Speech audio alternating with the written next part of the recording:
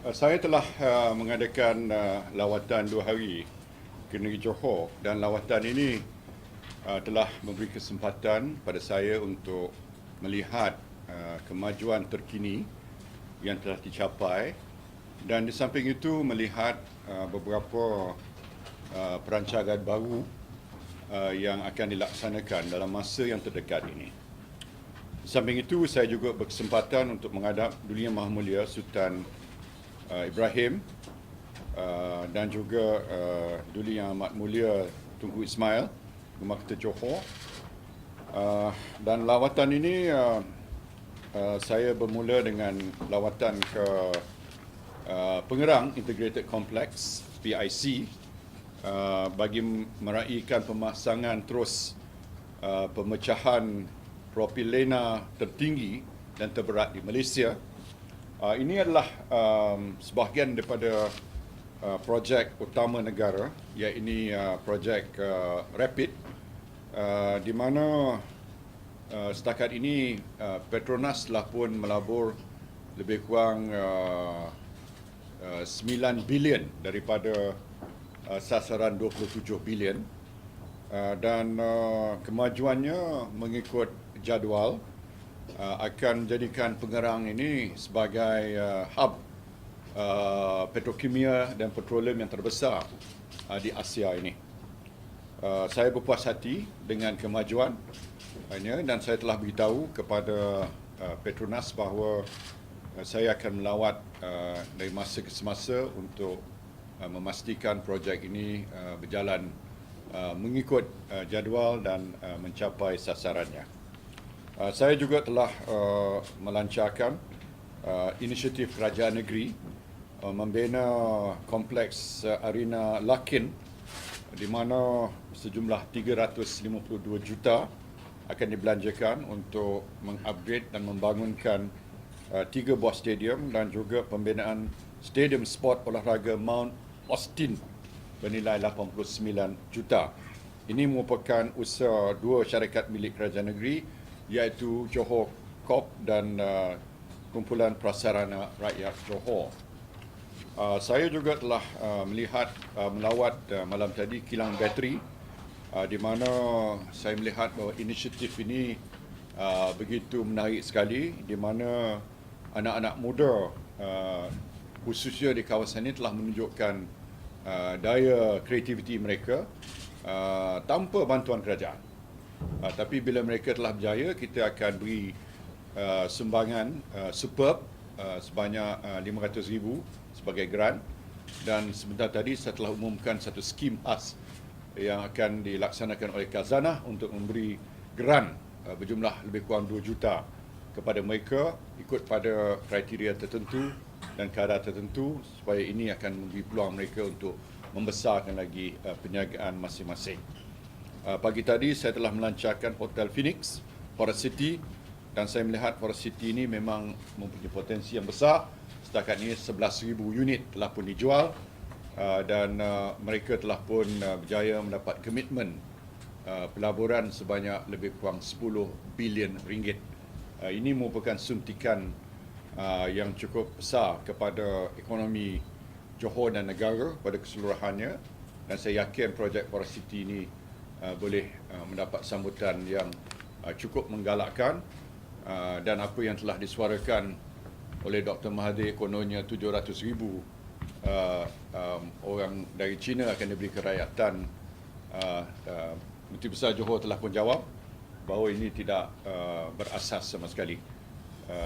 Jadi kita janganlah menakut-nakut orang dengan projek seperti ini, sebab projek ini beri peluang ekonomi, peluang pekerjaan, kemajuan dari segi bidang pelancongan, yang mana ini bukan saja property play, tapi ini juga melibatkan soal manufacturing, high-tech, services, pelancongan, financial center dan sebagainya. Jadi banyak aspek dalam pembangunan Forest City ini yang sebenarnya menjadikan projek ini amat menarik sekali.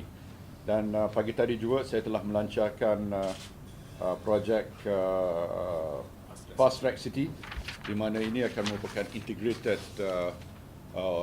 sokan motor, industri sokan motor, dan yang paling unik di Asia ni, dan saya yakin bahawa kerjasama ni, collaboration di antara pihak Singapura dan Malaysia akan membuahkan satu pusat yang akan mendapat sambutan yang hangat.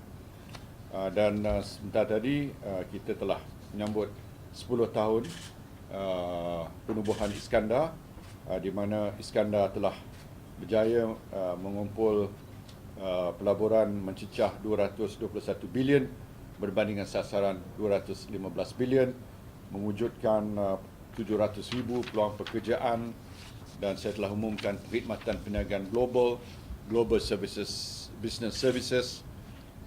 Salah satu daripada sektor yang digalakkan di Medini Iskandar ini, dan saya juga telah menyatakan bahawa pembangunan Iskandar ini merupakan pembangunan yang mesra alam, maknanya kita beri tekanan kepada green development, kepada low carbon development, kepada human development, affordable housing.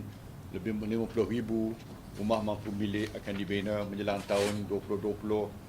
Kita tekankan soal connectivity yang lebih baik dan sebagainya, dan kita juga nak jadikan pembangunan Iskandar ini sebagai pembangunan yang mempunyai jati diri yang teristimewa, mempunyai karakternya sendiri, supaya pembangunan ini akan kita lengkapi dengan ciri-ciri yang sesuai dengan sejarah kita, dengan budaya kita dalam alam sekitar kita. Saya juga telah umumkan pembinaan sebuah masjid di Taman Bayu Damai ini. Inilah pusat pembangunan Pengerang, sebab mereka terpaksa berpindah daripada tempat asal mereka untuk memberi peluang pada pembangunan Pengerang ini ataupun rapid ini dilaksanakan. Jadi itulah perkara-perkara yang saya sebutkan, dan petang ni saya akan menghadiri mesyuarat Khazanah Board Retreat. Jadi dalam masa 2 hari ini saya dah kerja dari pagi sampai malam. Patut saya dapat overtime. Baik, ada apa-apa? Ya.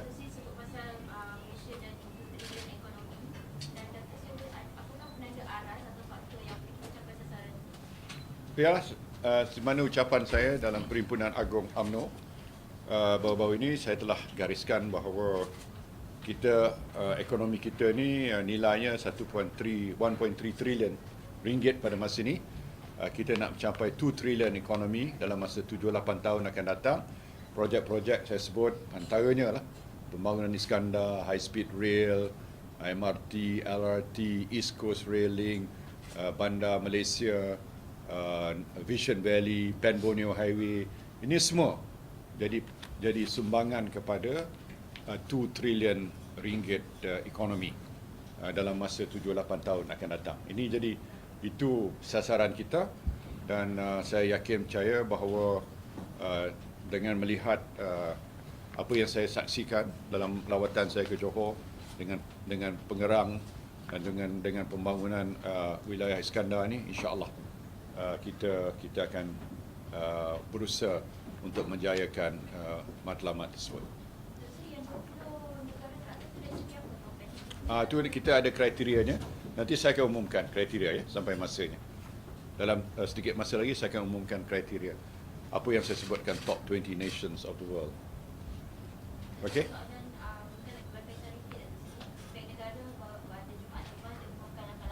Ya.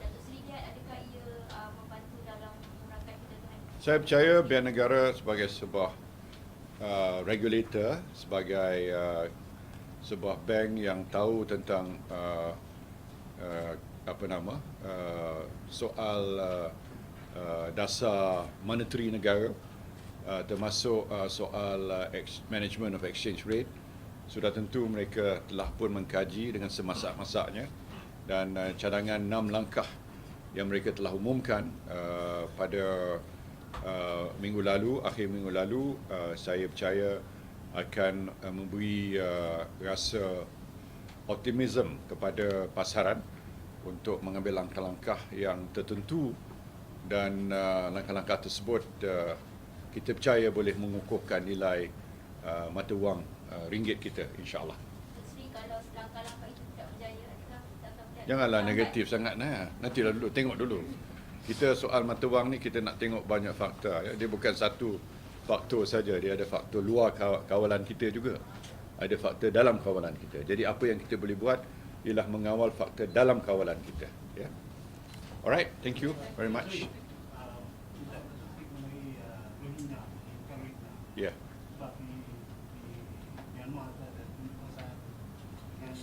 Ya.